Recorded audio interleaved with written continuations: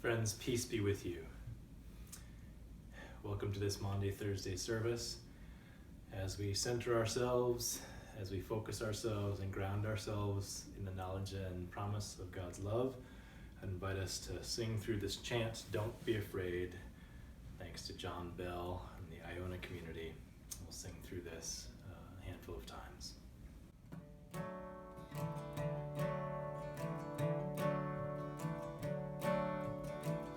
Don't be afraid, my love is stronger, my love is stronger than your fear. Don't be afraid, my love is stronger, and I have promised to be always near. Don't be afraid, my love is stronger, my love is stronger than your fear. Don't be afraid, my love is stronger, and I have promised to be always near. Don't be afraid, my love is stronger, my love is stronger than your fear. Don't be afraid, my love is stronger, and I have promised to be always near. Don't be afraid, my love is stronger, my love is stronger than your fear. Don't be afraid, my love is stronger, and I have promised to be always near.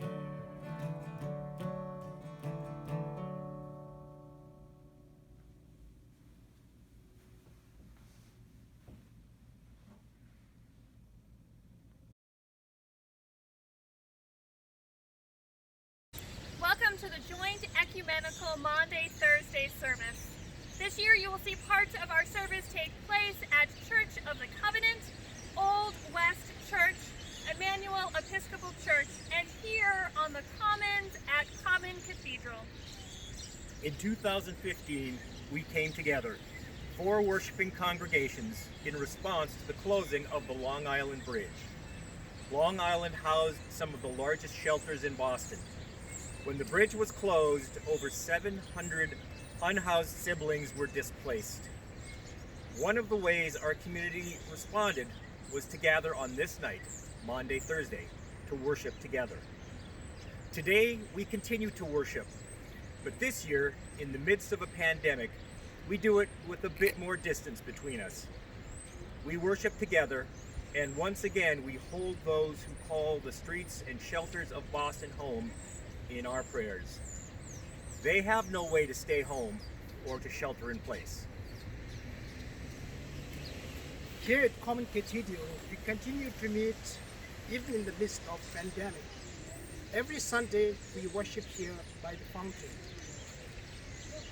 On Monday, Wednesday, and Fridays, in our usual space at Emmanuel Church, Boston Warm and Promenade space is transformed into a place where people can rest and seek refuge.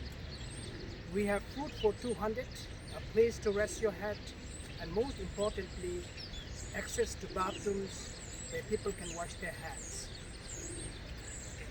Although this year our service is not face-to-face, we are social distancing and at the same moment gathering in community.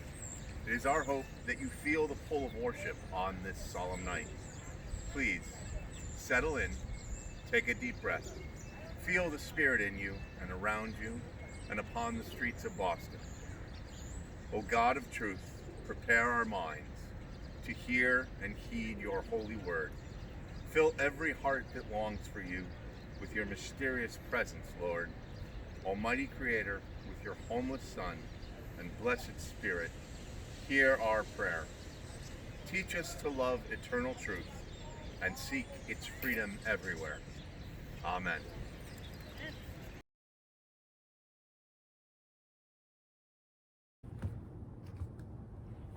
For the call to worship, I invite you to respond with the bold. Come to me, all you who are struggling hard and carrying heavy loads, and I will give you rest.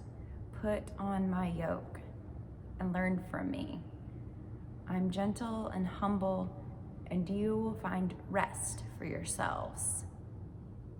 My yoke is easy to bear, and my burden is light.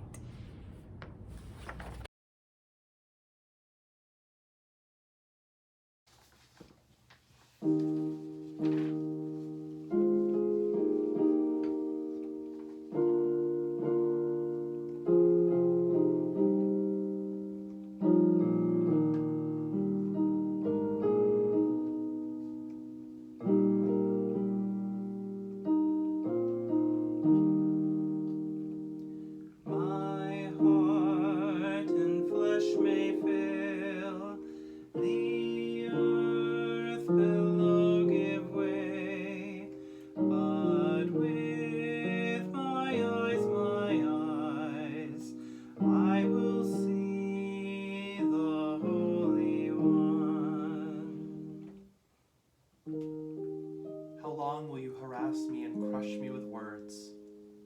These 10 times you've humiliated me. Shamelessly you insult me. Have I really gone astray? If so, my error remains hidden inside me.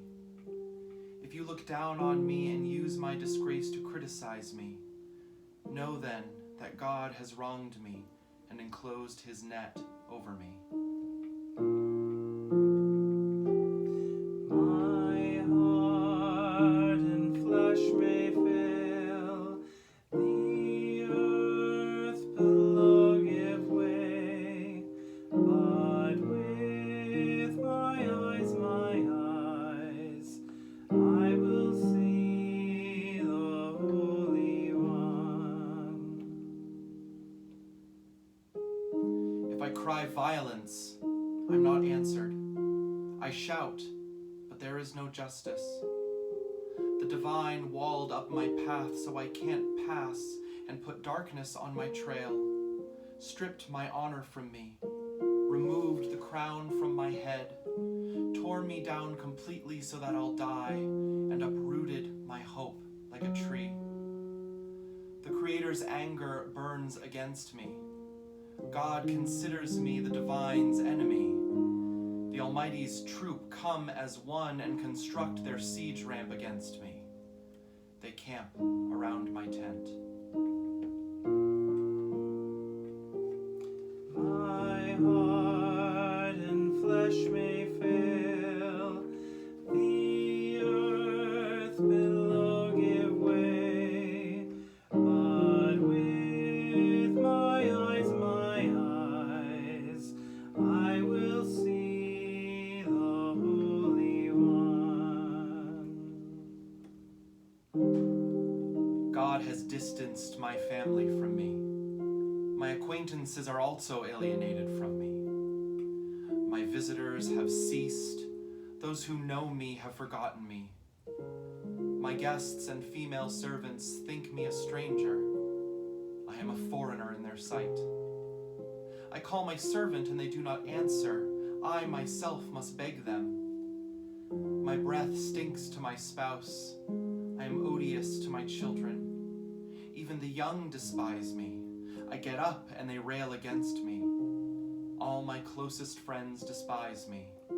The ones I have loved turn against me.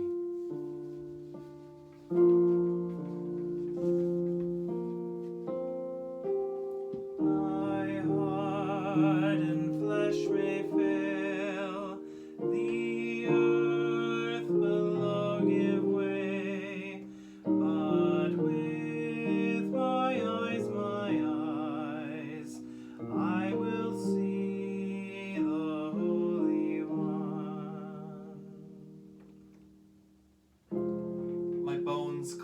my skin and flesh. I have escaped by the skin of my teeth. Pity me. Pity me. You're my friends. God's hand has truly struck me. Why do you pursue me like God does, always hungry for my flesh? Oh, that my words were written down, inscribed on a scroll with an iron instrument and lead, forever engraved on stone. But I know that my Redeemer is alive, and afterward he'll rise upon the dust.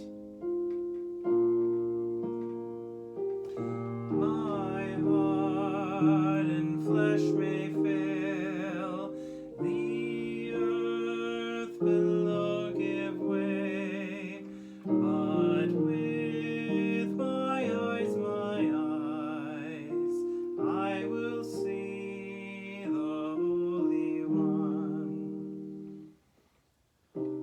After my skin has been torn apart this way, then from my flesh I'll see God, whom I'll see myself.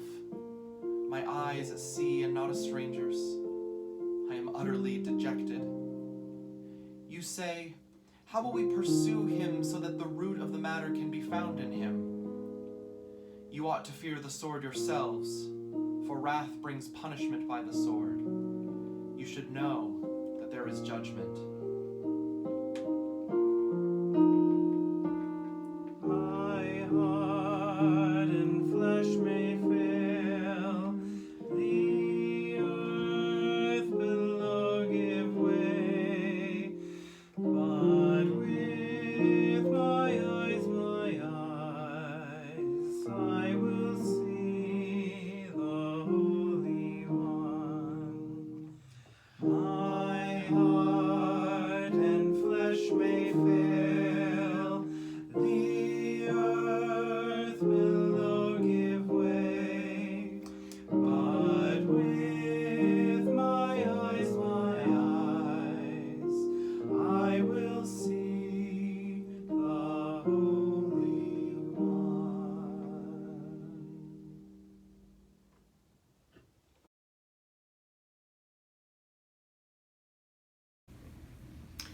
Greetings. I'm Bob Greiner. I'm a deacon at Emmanuel Church, Boston.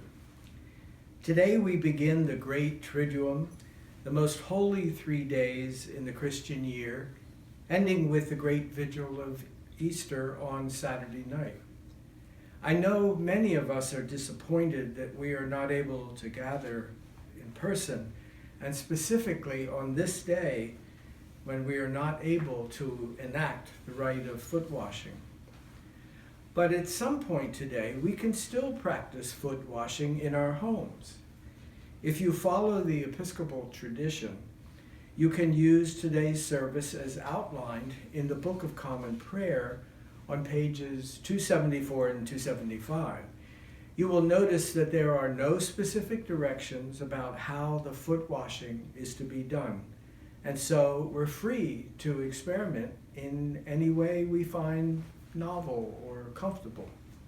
And so in staying home these past few weeks, I have had some time to reflect on this rite and how I might be able to share in this video what has formed in my heart and mind about foot washing.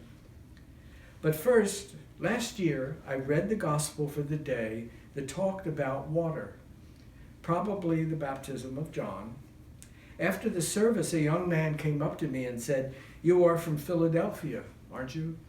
I was a bit taken aback, but I replied, "No, I'm from South Jersey, actually." He said he could tell by the way I pronounced water, which evidently to all who hear me sounds like wooder. So for all of you who do not speak New Jerseyan English, please bear with me. The gospel passage appointed for today is John chapter 13, verses 1 through 17, and then 31 through 35. Jesus gathers his disciples before the feast of the Passover. The heart of Jesus is heavy, knowing what lies ahead. He loves his disciples dearly, and Jesus proceeds to take off his outer garment, wraps a towel around his waist, pours water into a bowl, and begins to wash his disciples' feet. Peter objects to Jesus' action. A lord or master or teacher does not wash the feet of the student or slave.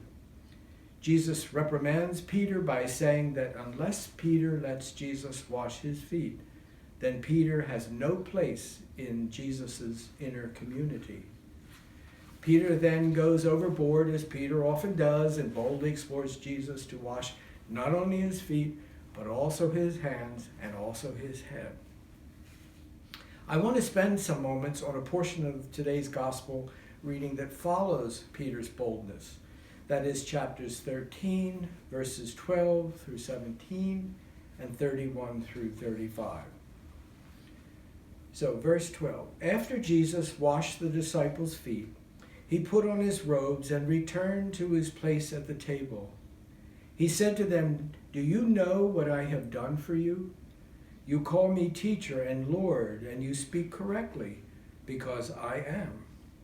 If I, your Lord and teacher, have washed your feet, you too must wash each other's feet.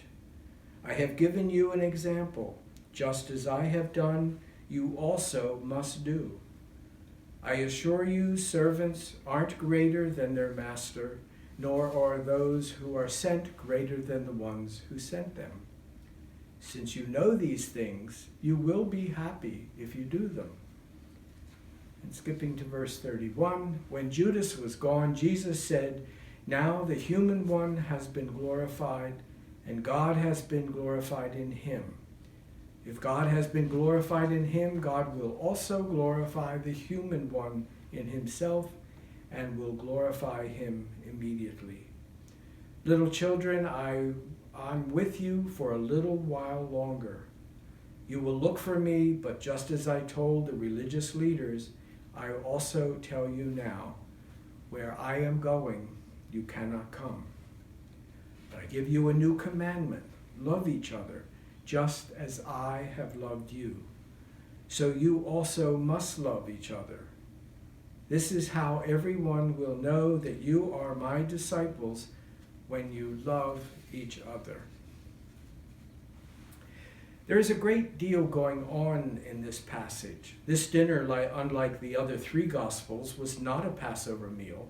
There is no Paschal lamb, and unlike the other Gospels, there is no institution of the Eucharist. There's no Lord's Supper, no Holy Communion, no Mass.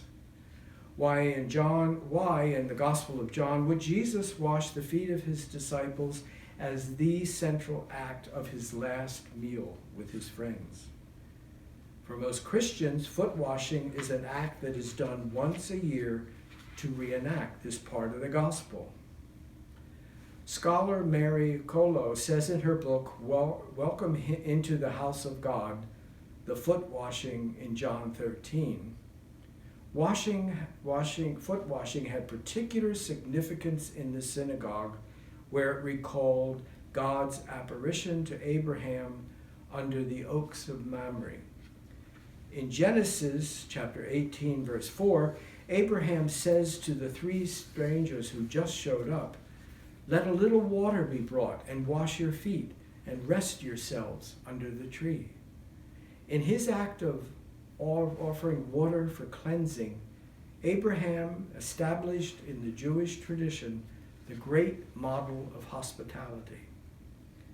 But along with hospitality, foot washing through the centuries also became a symbol of servitude. It was most often a slave who would wash the feet of his or her master when entering a house or dining area or even a place of worship. If we look at the Greco-Roman world at the time of Jesus, foot washing was almost universal. As in the Temple of Jerusalem, foot washing was a part of the ritual in all pagan temples. And in this world, foot washing was done almost exclusively by slaves or servants. But these slaves, no matter how old, had to draw the water, wash the feet of their owners and guests, and then dispose of the water. As one scholar noted, the foot washing basin became a universal symbol of slavery. In the early Christian century community, specifically, foot washing was an important part of daily life. In a passage in Luke, Jesus actually reminds his host that he was not offered water for his feet. And then he went on to praise the woman for washing his feet with her tears and drying his feet with her hair. In the decades following Jesus, foot washing remained essential. In the letter of 1 Timothy, foot washing of the saints' feet is central in the list of ministries helping the afflicted and the doing good in every way. And all of this was a kind of an entrance exam, if you will, for widows who in later life would want to become involved in ministry. Quote, "Let a widow be enrolled if she has brought up children, has shown hospitality, has washed the feet of the saints, has cared for the afflicted, and has devoted herself to every good work." In the early centuries that followed, the early church continued foot washing mostly as an icon of humility. The early church thought of Jesus' command to continue the practice of foot washing on almost the same level as Jesus urging his followers to repeat the Eucharist. Some of our early saints, Athanasius, Tertullian, Chrysostom, Ambrose, and Augustine, all speak of the centrality of foot washing. For example, when Athanasius, as bishop, visited his priests, he himself would wash the gathering's feet if the priest was elderly or too weak to do it himself. Somewhere along the way, this tradition has almost dried up, pun intended. Although recently, when Tamara Tucker was ordained priest, she washed feet during her ordination rite. So now in our age, where foot washing is a rarity and awkward as well for many of us, and in this period of not being able to be present physically and enact foot washing, how can this Maundy Thursday be a gift to us? I would like to suggest 3 ideas as we observe this holy day in the midst of the coronavirus pandemic and our self-isolation. First, what Jesus did by washing his disciples' feet turned the known world upside down and topsy-turvy. Imagine the world now, according to Jesus and his followers, in which everyone is a servant, everyone is a slave. All people are on the same level, to love each other, to serve each other, to be loved and to be loved, and to be served. It's absolutely amazing. The second idea is a tradition we might adapt from our Jewish sisters and brothers. It has been for a long time a sacred observance in Jewish homes to wash hands before and after a meal. I don't mean to degrade the prayer as we wash our hands for hygiene purposes, especially during this pandemic. Rather, we can sanctify our COVID-19 hygiene exercises by making this exercise a prayer. For example, this is the prayer that is recited while Jewish folk wash their hands. It is called the Netilat Yadayim. Blessed are you, O Lord our God, ruler of the universe, who has sanctified us with your commandments and commanded us concerning the washing of hands.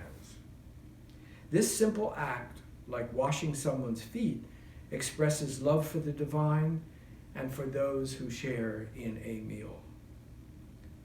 The third idea is to concentrate on what Jesus says at the foot washing, what is behind the action. Jesus says, I give you a new commandment. Love each other. Just as I have loved you, so you also must love each other. This is how everyone will know that you are my disciples, when you love each other. Amy Jill Levine, Jewish scholar and editor of the Jewish Annotated New Testament, says, the new commandment is a mitzvah. We are commanded to love others. It's just not a wish. It is a commandment. She comments, Jesus wants us not only to be servants, but in a very concrete way, in a physical way, ways in which we actually touch each other as he did when he touched the disciples' feet. And we can be confident that those of us gathered here, virtually and in our homes, are indeed observing the foot washing in real and concrete ways. We all see and read in the news about nurses and doctors hands-on ministering to the ill. Volunteers all over the country making masks. Folks in our communities making sandwiches for Boston Warm. Emmanuel Music making cantatas available online. A parishioner's friend who each day at 10 a.m. on the internet reads stories to children not able to attend school. Parents engaged in homeschooling. All of us can add many other examples to this list that I just mentioned. To paraphrase Amy Jill Levine, in these days, how can I be a better me? How can we as a community be a better us? Indeed, Jesus still says to us, this is how everyone will know that you are my disciples, when you love each other. After all, as Pam Wernz, rector of Emmanuel Church, said in a recent sermon, in the end, it is how we take care of each other. It's as simple as that. In the end, it's how we take care of each other.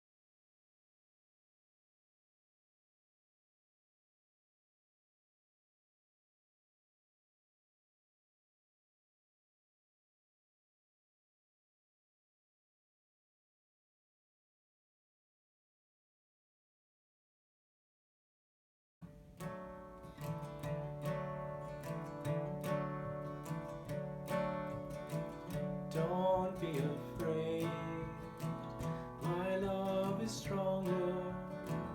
My love is stronger than your fear. Don't be afraid, my love is stronger, and I have promised to be always near. Don't be afraid, my love is stronger. My love is stronger than your fear. Don't be afraid, my love is stronger, and I have promised to be always near. Don't be afraid, my love is stronger. My love is stronger than your fear. Don't be afraid, my love is stronger, and I have promised to be always near. Don't be afraid, my love is stronger. My love is stronger than your fear.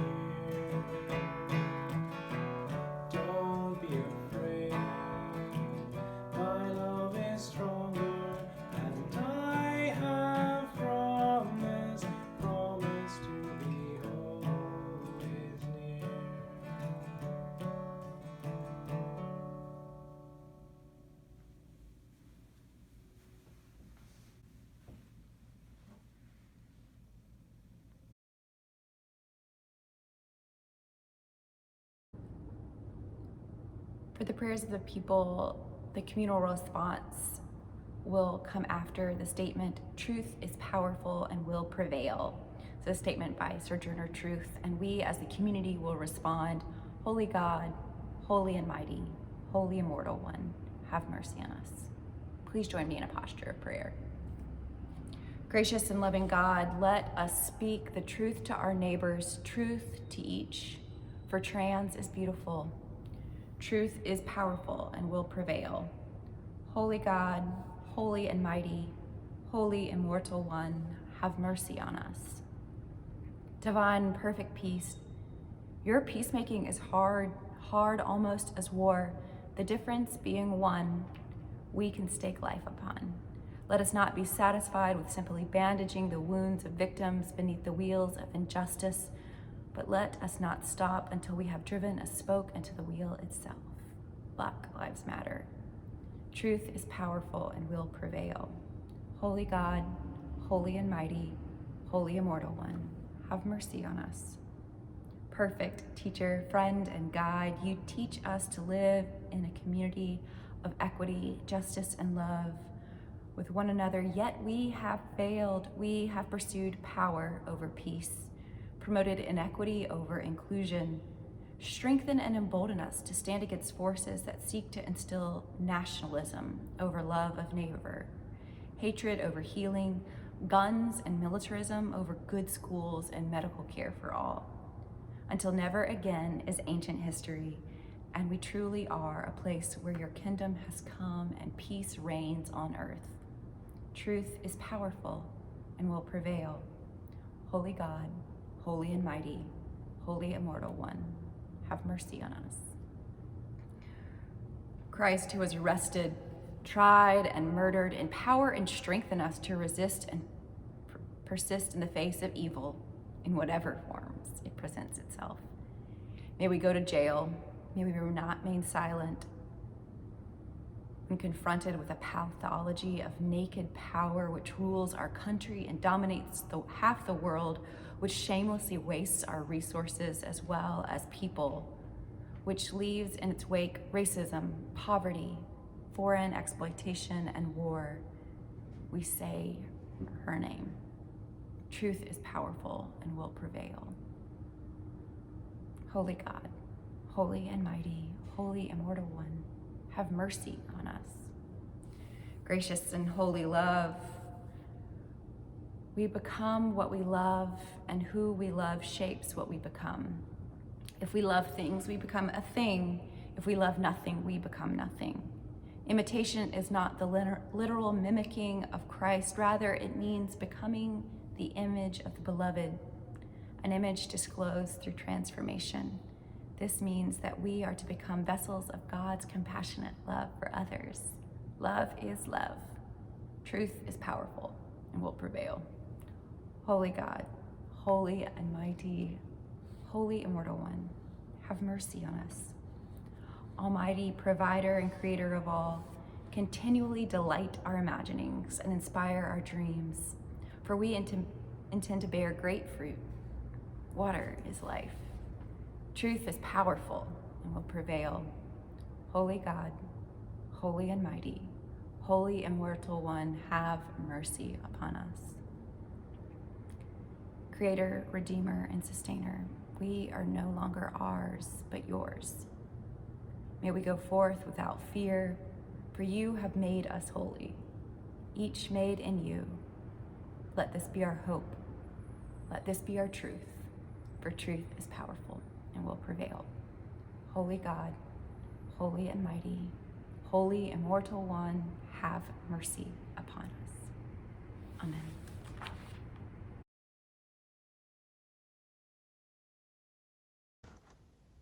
On Maundy, Thursday, many churches practice the ancient ritual of clearing all of the fabric hangings or paraments and other ornaments that can be moved out of the worship space.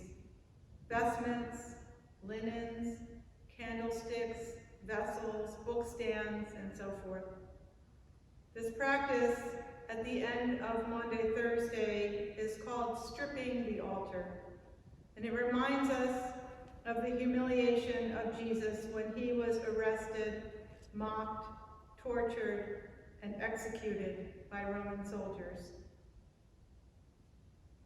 I'm moved to mention that this year, Maundy Thursday, falls on the 75th anniversary of Dietrich Bonhoeffer's execution by Nazi soldiers.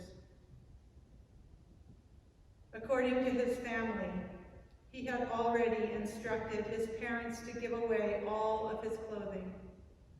And before he went to the gallows, Bonhoeffer removed his prisoner clothing and knelt in prayer.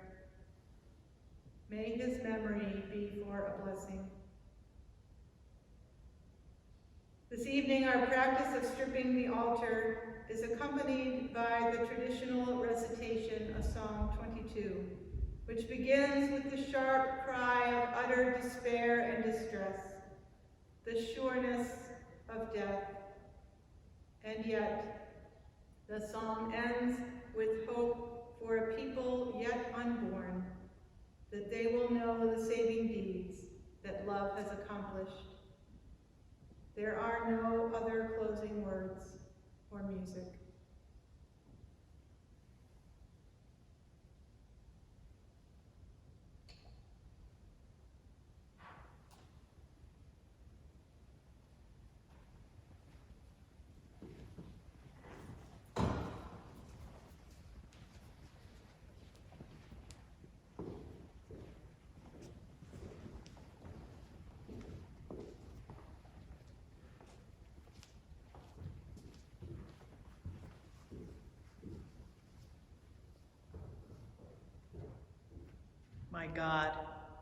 My God, why have you forsaken me and are so far from my cry and from the words of my distress?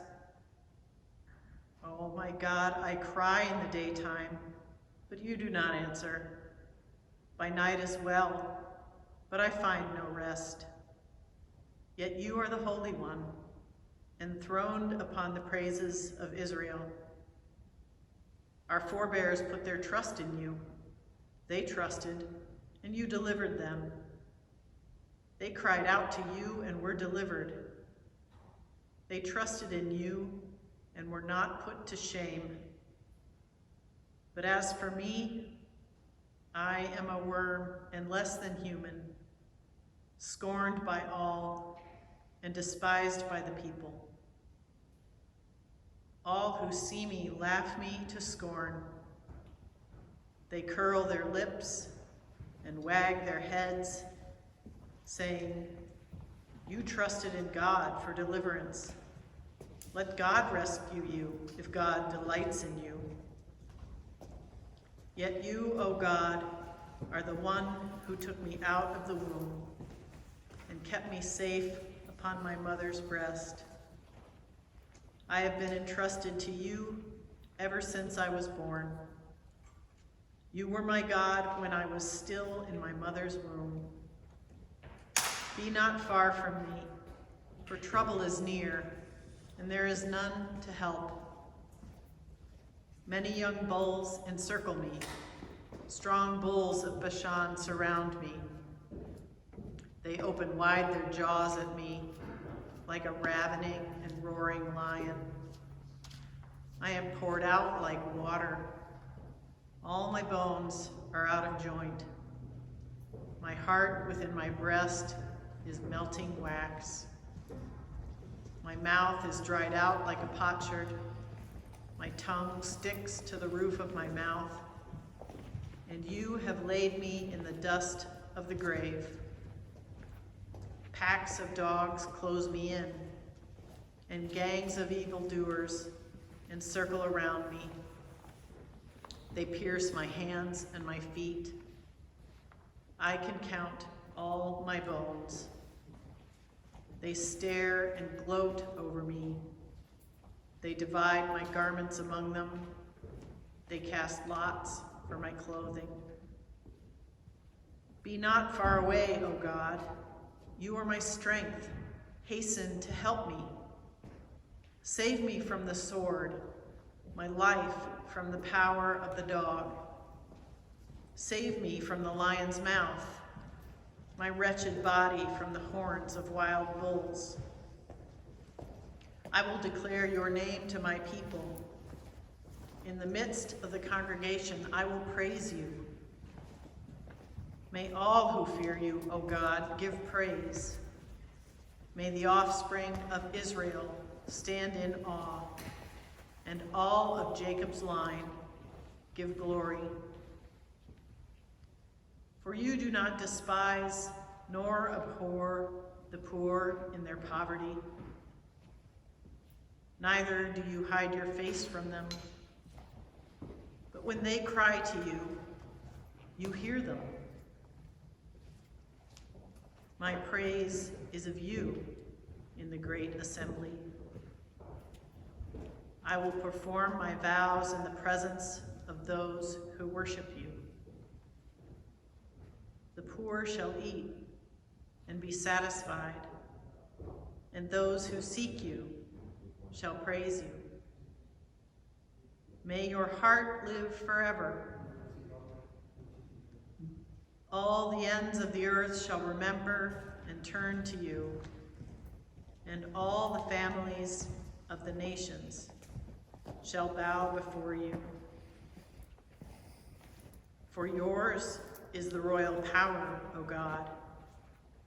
You rule over the nations. To you alone, all who sleep in the earth bow down in worship. All who go down to the dust fall before you. My soul shall live for you. My descendants shall serve you.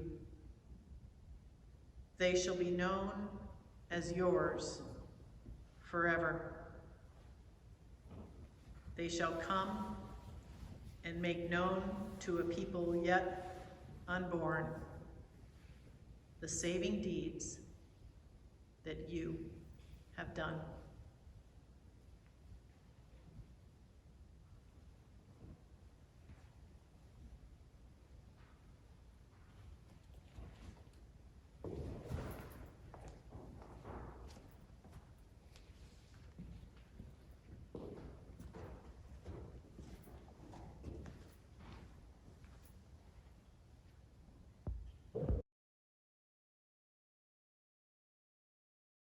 At Common Cathedral, our Lenten practice has been to say, I love you. We are to say it with intention and boldly. When Lent started, we were able to touch each other and hug each other, to hold hands and to say, I love you in the midst of an embrace. But now we need to lean on words even more by saying to one another, I love you, and go in peace. May Jesus Christ, who for our sake became obedient unto death, even death on a cross, keep you and strengthen you, whether sheltered or on the streets, this night and forever. Amen.